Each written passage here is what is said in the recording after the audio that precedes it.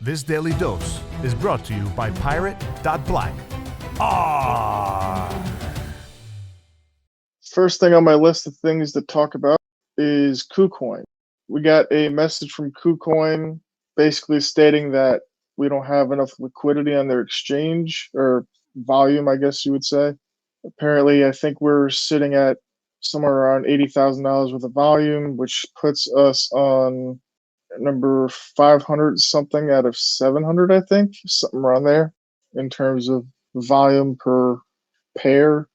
So the thing is about them basically wanting to make sure that we increase our volume over there. Otherwise, we run the risk of potentially being delisted or putting into some other, or tagged as an ST project. For those of you who actively trade, things like that, it would be really helpful if you started trading over at KuCoin, which would help out our volume as well as keep our pair solid over there. So for those who run market makers, things like that, you can move them over to KuCoin as well, just to help out with the volume over there and make sure that we stay alive on KuCoin, that is. Now, I think, as far as I know, I think that KuCoin doesn't really have any KYC unless you transfer 10 grand or more per day. Cax, can you update on me on that? Because I think that's the rule over there. Because if I remember correctly, it is 10K or 1 BTC or something like that per day as an allowance to withdraw. Otherwise, you do need to KYC. So for the average person, they're not going to actually realistically hit that per day. I mean, if you're hitting that per day, you're doing pretty well for yourself. I'll say that. Just to recap, we need more volume on KuCoin, so if we can shift some of that volume from trade over there, that'd be really, really helpful. The next thing I want to talk about is war on Ethereum. We have everything pretty much prepped and getting ready to get created, as well as the plan moving forward. We will be listing on Balancer. So for those of you who know about Balancer, it's really, really interesting stuff. The contract should be published this week, and it'll be the same setup as the BSC version. Just like before, there's going to be a Gnosis vault. So that brings up another point. So for those of you who don't know about how we set up the BSC version, we put a lot of security measures in place. This way, nobody can steal tokens that are one-to-one with R and things like that. So we don't have a minting function just to prevent any potential hacks and minting of additional tokens, things like that. So that's completely mitigated.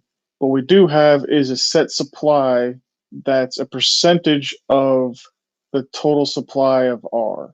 And we have a certain percentage of that that's within the gateway that's locked down. And then the vast majority of it is locked in a Gnosis vault. For those of you who don't know what a Gnosis vault is, it's a tried and true, absolutely secure method of multi-sig. So you can think of it kind of like a multi-sig wallet where, you need a bunch of people to sign on a transaction for that transaction to occur.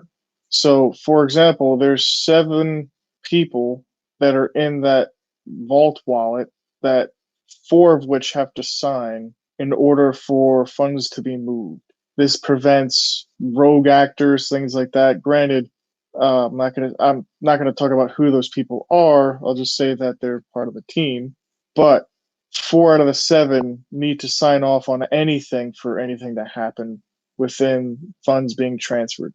Realistically, based on how the BSC bridge has operated and how everything is going, which is really great, we don't really foresee the need for utilizing all of the funds in that Gnosis vault anyways, which basically what would happen is the only transaction that would occur is between the Gnosis vault and the gateway. This way, if, say, some jerk tries to basically lock out the gateway by converting all of their R to war, and there's no war left in the gateway, we can add additional tokens to that gateway so users can still come into war.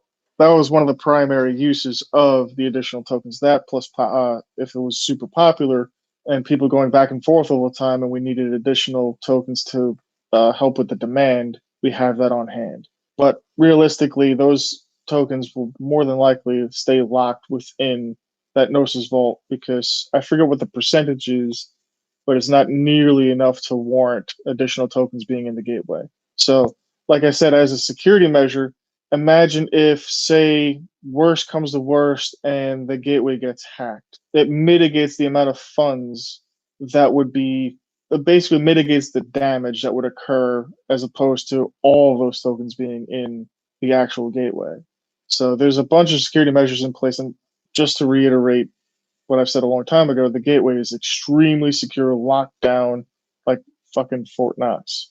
So nothing to worry about on that end. But this is crypto, so you never know. There could be some brilliant hacker out there that could just do some damage, like we've seen in tons and tons of different projects before.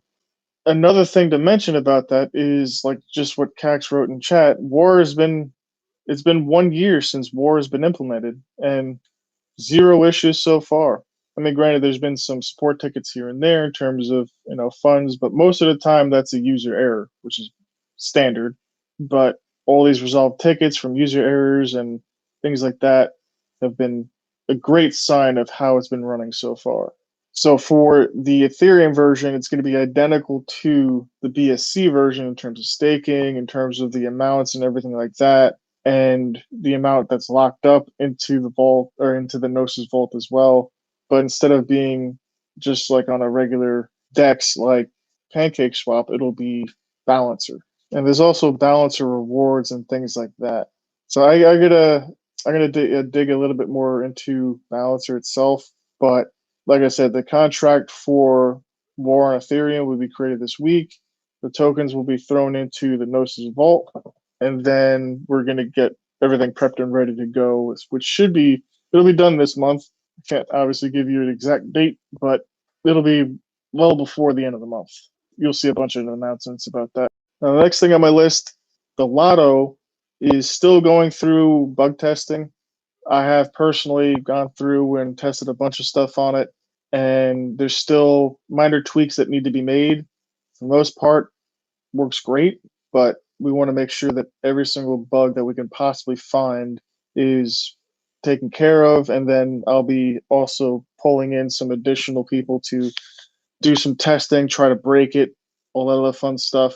But the way that it'll operate, the way that it's set up now, is basically you choose three numbers and it'll cost 1 R.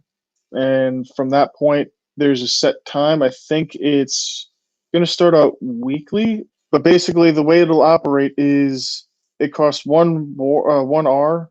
90% of that ticket purchase goes into the pot, and then the 10% goes to future development and maintenance of the entire site and everything that has to do with the lotto and stuff. And then from that point, if you draw all three numbers, you win the entire pot. Or if multiple people somehow draw all three numbers, then that pot gets split. But in terms of the timetable for that, I am pushing the dev team to knock it out and get all the bugs that I've personally found taken care of, most of which have already been taken care of. It's just a few things here and there. But it's, like I said, as soon as that is done and I don't see anything else, when I personally try to break it, I'll have several other people try to do the same thing. And if everything's good with that, then the release date will be announced, which I'm really hoping that it would be by the middle of this month. Everything else is done. It's just bug squashing. That's it. So, alrighty. So the next thing on my list to talk about is the website. So we are currently going to be redesigning completely the website. We also may be changing the address as well. So we'll still have pirate.black, but if we do change the address, pirate.black will just become a redirect to the new website, just to make things easier. So for all you old school people that have been here since day one, or the first few months, you can still use pirate.black no matter what. So we'll always make sure to keep that active and up and just use as a redirect. Timetable for that, TBA. So we have no idea when this will be released. It's just a matter of time in terms of getting all the stuff hashed out first, because we want to make sure that everything is prim and proper. So the next thing is the hardware wallet, which I believe has seen its first sale. I didn't even realize it was up for sale yet, to be honest. But it's seen its first sale, which is awesome. I believe everything is being wrapped up as we speak. So therefore, we should have this thing announced and posted up for sale in, I would assume, this month. I was hoping that Mulroy would be on, but I don't think he's around right now. Oh, it's already on barter? Shit, yeah. Okay, sweet. And that's Mulroy's official listing on barter, correct? Nice. Okay, Quartermaster, if you could do me a huge favor and post up the link to that, that'd be fantastic. Oh, and also barter has been going through some updates, things like that. Quartermaster, if you want to talk about any of that stuff, feel free to hop on. Yeah, hey, there's not much going on, to be honest with you. Just finessing things like improving the picture uploads and things like that. I mean, it's constantly being worked on, but it's a bit of a quandary, just like the website that you guys are working on. It's a question of whether you spend a load of time tweaking what's here or just get a list together, getting ready for ARRR 2.0. Whilst you won't see many changes, there are things being thought about, ready to upgrade as and when resources allow. That's about it. Awesome. Also, Phil T, I'm assuming you meant, is the code safe? Yes. There's also a GitHub repo on it as well. I could post that later today if you want to check that out. Yeah. Also, Benny reminded me to say that the BTC Pay server was pulled into the Pirate Chain network by Forge. I'm not too up to date on that, so it'd be great to have Forge speak on that. I'm assuming he's not around right now, but he generally is available during the US meetings, which is in 5 hours. Yeah, the BTC Pay server is basically a payment gateway. You can think of it like that. So for those who are operating stores, things like that, and want to accept Pirate Chain as a payment, there's yet another method to do so with that. Yeah, so if you go to barter.com/ads/details/pirate-chain-hardware-wallet, which is linked below in the weekly meeting chat, I'll go ahead and pin that so this way everyone can find it. But yeah, so for those of you interested in buying it, go over to that link and you can go and place your orders. I'm curious as to if there will be an official website or something like that to purchase it. However, I think I like it better being on barter because it gives direct usage to barter. So we got a question from the community, which is how much liquidity will there be for war on ERC20, which is Ethereum, for those who don't know what ERC20 is. That all depends on you guys. It'll be, like I said, the exact same way that it is on BSC, which is completely community driven in terms of liquidity. So the amount of liquidity on BSC, I think there's like 100,000 or something like that. I got to double check, but awesome. Yeah, it was close. Cool. So it'll be just like that because we want to make sure that this is a community thing because the community will benefit from providing liquidity because you get rewarded from every transaction that occurs utilizing war on ERC, on Ethereum or BSC. And from everything that I've heard so far over the entire year that it's been around, people have been rewarded pretty well for all the transactions that occur. So, and I think Balancer adds another dimension to that too with the Balancer token, depending on the community from Balancer votes for war. Like I said, I'm speaking not completely with the knowledge that I need to really give the information properly. But like I said, I'll do some more digging on Balancer to verify everything that comes as a benefit from utilizing Balancer. So, and I'll keep you guys posted. For me personally, the current situation with crypto is what projects are still doing work and what projects are not doing anything. Because fair weather projects never make it in anywhere, in any space. at all. So, as you can see, that's one of the main reasons why we do these monthly updates to update you guys on everything that we've been working on over the previous month and things that are coming up in the future, because we don't care what market it is, we'll always be working. So, okay. Mining R from a question based on YouTube from a community member. So, to mine R, obviously, you need an ASIC that handles Equihash. Basically, all you need to do is buy an ASIC. And ASICs are really, really, really simple to set up. It's practically plug and play. So all you would really need to do is, whether you buy it secondhand or brand new, just plug it in to the electrical socket, plug in the Ethernet cable, and then from that point, just go on your computer, type in the IP address of that ASIC on your local network. Use the login information that comes with it to log into the actual ASIC, and then from that point, just type in the information needed, including your wallet address, including the pool address, the port, and things like that, and then you're good to go.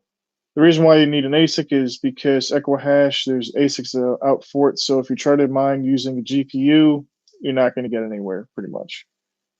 All right. Well, it looks like Wolf can't make it right now. So, oh, actually, shit, he's here. Hey everyone, how's it going? What's going on, buddy? The usual, not too much, just watching the Bitcoin USD chart and hoping that things turn around sooner than later. Cool. So, we previously in a DM discussed about updates with Polarity. So, what kind of stuff has been going on with Polarity? Because I know that Polarity is one of the first dexes, actually is the first dex that supported Pirate, and has been working really close with us in terms of, updates and things like that. So, Sure, so since the last time I think I've came on, we've had a number of changes. Most of them are on the side of usability, as we know that there were a number of features and things that were difficult for users. So when the Dex first launched the integration, it relied on like memo style deposits, and that's been taken care of. Everything's just a direct deposit at this point. Our most recent 1.6 release, we added a set of desktop widgets to the dashboard so you can view your transactions directly from the dash. We have a balance aggregation. We're working on tightening the profit and loss statement on the dashboard, which would be able to track over like a couple different ranges, like a week, a month, and 3 months. Outside of that, we made some changes to the gateway tracking system. So now for deposits and withdrawals, you should be able to view the active transit and see where it's at, get a status on whether it's if there's an error that occurred or anything. And yeah, if anyone was curious, we also have fiat support through Transact. So users that are looking to buy crypto with their debit card, they're able to do that now. sweet. Yeah, and then yeah, I'd say that's pretty much the brunt of the current updates. And we're always looking forward to making things more usable for everyone. And hopefully that's been a little helpful. Yeah, and just to remind everybody, trades on Polarity cost 1 penny. No matter what size trade it is, you can put $1 million worth of USDT on there to buy R, and it'll still only cost you a penny for that trade. Yeah, that's one of the biggest selling points for Polarity is I believe we are still the only flat fee DEX. So compared to an automated market maker, for example, it's going to take 0.3% of your entire trade value. If you were to look at like a centralized exchange, they're taking 0.1% of the entire trade volume. And so as over time, you can obviously run your own numbers and easily see that the cheapest place for you to place bulk orders is definitely Polarity. Awesome. Is there any upcoming features that you're able to talk about? Unfortunately, the one that's kind of most exciting for me, I can't really talk about, but we are getting closer and closer to debuting it. It should be coming out sometime around Q1 of next year. Sweet, that's right around the corner, pretty much. Getting All there right. quick. Anything else you want to mention before we end the EU monthly meeting? Not off the top of my head. Alrighty. All right, everyone. Until then, appreciate everyone coming, and I will catch you all next time. Follow the treasure to pirate.black, because financial privacy today is freedom tomorrow. ARRR!